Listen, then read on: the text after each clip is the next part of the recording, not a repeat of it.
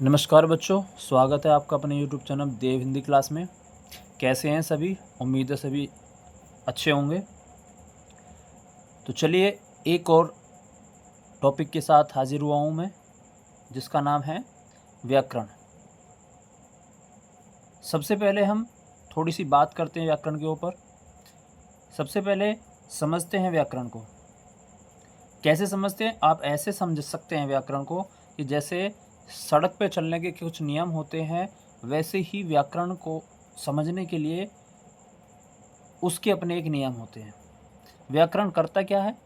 व्याकरण से हम जो भाषा बोलते हैं उसको सही तरीके से लिखना और सही तरीके से उसको बोलना और सही तरीके से उसको पढ़ना, यही काम व्याकरण करता है। व्याकरण से ही हमें भाषा के इन रूपों का पता लगता है। अब कैसे? अब देखिए, पहले मैं परिभाषा लिख देता हूँ यहाँ पे। क्या टॉपिक चलेगा आज हमारा? आज हमारा टॉपिक है व्याकरण का। किसका टॉपिक है? व्याकरण का। तो जब इसकी परिभाषा में लिखूंगा तो आप इसकी परिभाषा से ही समझ जाएंगे कि व्याकरण का काम क्या है। ठीक है, तो क्या लिख सकते हैं परिभाषा में?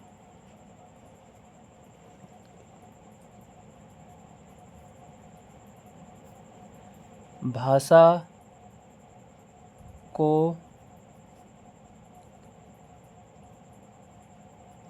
शुद्ध रूप से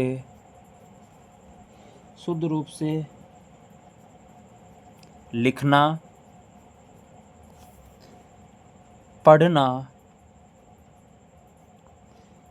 पढ़ना और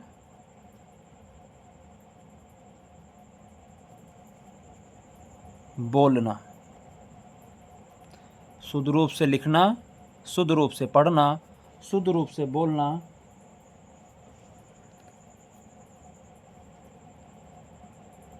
सिखाता है।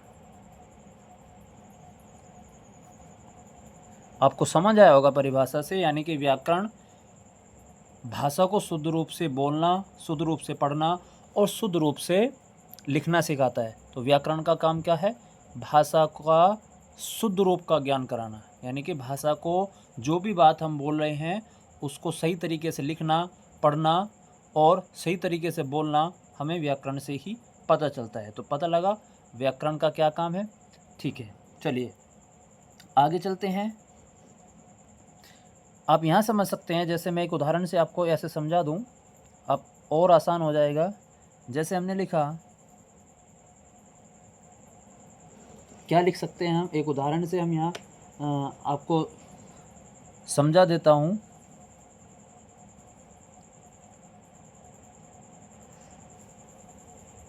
क्या?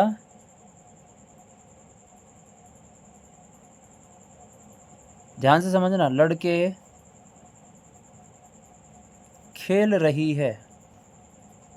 अब आप देखेंगे कि इस वाक्य में कर्ता के अनुसार, कर्ता और क्रिया आपको समझाएंगे आगे आने वाले अध्यायों में। कर्ता के अनुसार जो हमारी क्रिया है वही होनी चाहिए, जो जैसा कर्ता होगा वैसी ही क्रिया होगी, ये आपने पढ़ा होगा। अब कर्ता को देखिए, कर्ता क्या है? लड़की, यानी कि बहुवचन है, लेकिन क्रिया हमारी स्त्रीलिंग है। लड़के पुल्लिंग है, जबकि लड़की रही है हमारा स्त्रीलिंग है। तो हम इसे कैसे सही करेंगे, यह बात हमें व्याकरण से सीखने को मिलती है। क्या? कि जैसा हमारा कर्ता होगा क्रिया भी वैसी ही होगी। ठीक है, तो इसका सही जो वाक्य होगा वो क्या होगा? लड़के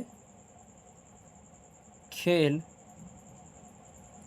रहे हैं। ये वाक्य बिल्कुल सही है।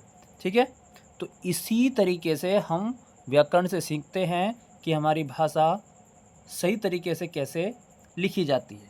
ठीक है, तो ये हो गया हमारा व्याकरण की परिभाषा। आगे हम चलते हैं। व्याकरण के कुछ भेद हैं। ठीक है, आप यहाँ व्याकरण के कुछ इस तरीके से भेद देख सकते हैं। अब बात करते हैं व्याकरण के भेद की। यहीं इसी वीडियो में मैं व्याकरण के भेद भी आपको बता देता हूँ। तो व्याकरण के भेद होते हैं भाई 3।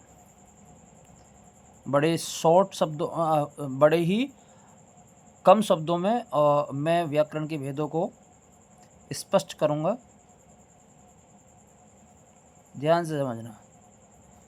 तो सबसे पहला जो भेद होता है व्याकरण का, अब देखेंगे, सबसे पहला भेद होता है वर्ण, वर्ण विचार। उसके बाद होता है शब्द विचार, और फिर शब्दों के बाद होता है वाक्य विचार। ये 3 हमारे शब्द भेद हैं। शब्दों के 3 भेद होते हैं। वर्ण में वर्णों के बारे में बात की जाएगी, वर्णों के भेद के बारे में बात की जाएगी। शब्द में शब्दों के बारे में बात की जाएगी, शब्द भेद के बारे में बात की जाएगी, ठीक है, उनकी उत्पत्ति, आधार, बनावट के बारे में बात की जाएगी। और वाक्य में हम जो है बात करेंगे सार्थक शब्दों के व्यवस्थित समूह की, वाक्य बनाने की। इस तरह की बातें जो हम किस में करेंगे, वो वाक्य में करेंगे, ठीक है। तो ये होते हैं हमारे भेद, किसके, व्याकरण के 3 भेद होते हैं, ठीक है।